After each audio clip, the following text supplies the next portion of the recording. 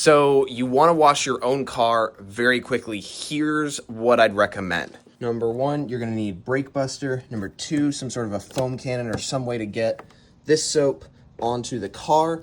And then you'll need a drying towel. That's going to make the drying process way easier. Additionally, if you have a leaf blower, that's a game changer. And then bead maker, this is going to be our drying aid. Now, this is assuming that your car is already protected in some capacity or coated. Then you just want to add bead maker. Then if you want, at the end, we will add a tire dressing. It's the final step to make this car look great. But again, we're going for speed and ease here. So I'm gonna walk you through each one of these products, how I use it. The first thing you're gonna do, 2 capfuls of this into the foam cannon. There's 1. There's 2, a generous 2. I like to fill this up with the pressure washer. It does 2 things. A, it fills up the water, but 2, it also gets rid of any of the air that's in the line.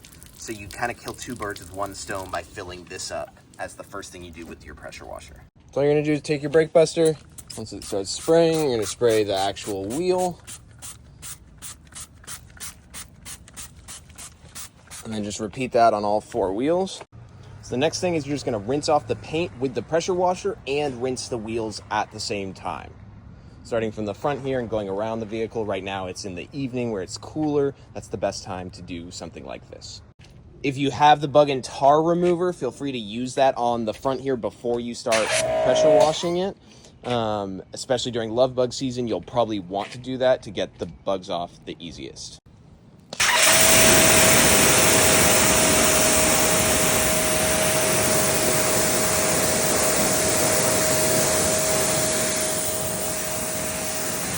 Okay, so now you've finished doing the full rinse of the vehicle. You've rinsed off all the wheels and tires from the brake buster. Now all you're gonna do is you're gonna swap to the foam cannon.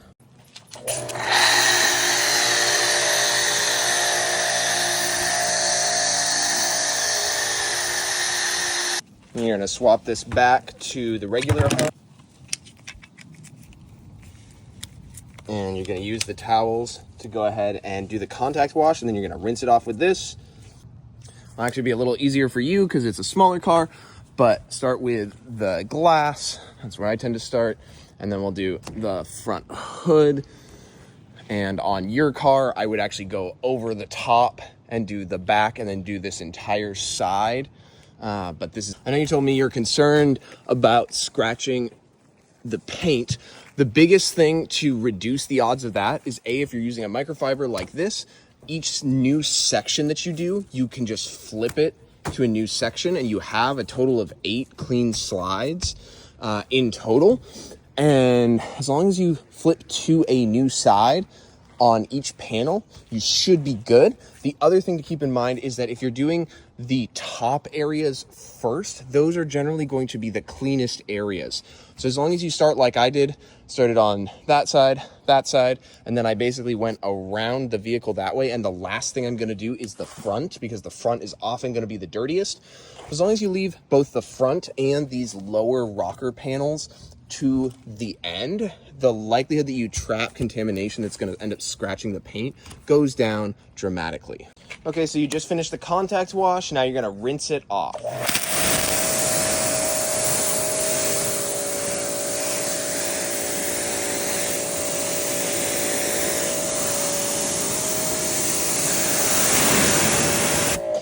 The few places on a Lexus or a vehicle like this that you want to watch out for is all these areas will trap water and soap. So any headlights or all of these grills, you want to make sure you rinse those guys out really well because they will trap stuff. The next thing that you're going to do now that you've rinsed the entire vehicle is I'm just going to throw bead maker on the wheels.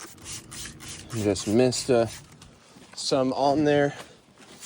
And then I'm going to go ahead and throw this stuff all over the paint as well. I just like to start with the wheels.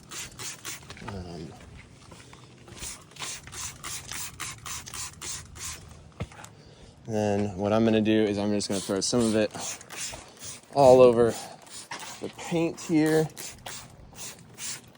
As you can see, the water is actually starting to fall off even as I actively do this. Again, your vehicle's already coated, so this is just going to be an extra layer on top versus this coating. The car that I'm currently working on is an uncoated vehicle, so a little different, but this is going to help with drying it much faster.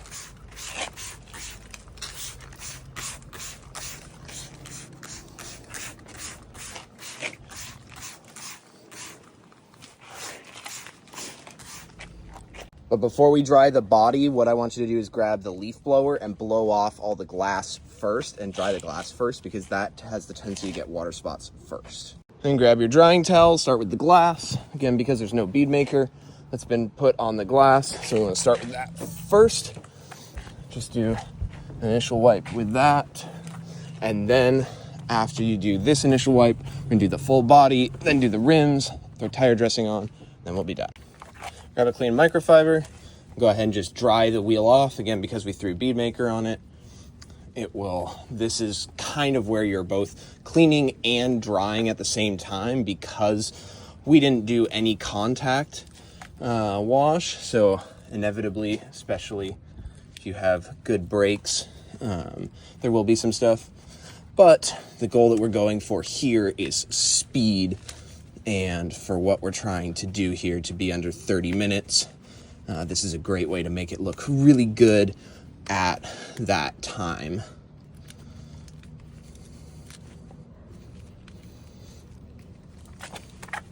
For the tire dressing, I'm actually just using the same microfiber that I used to dry the brakes, so I know it looks gross. I've already done a few of the tires, and the tires are just inherently dirty. And so all I'm doing is using dynamic, and I'm turning it over onto the cloth, letting that's there, and then putting it onto the tire. And I usually will start with the outside first. That's the first pass, and then I go on the inside. And in this case, these are bigger tires, so sometimes the third time. But there it is. That's the tire cleaned and dressed.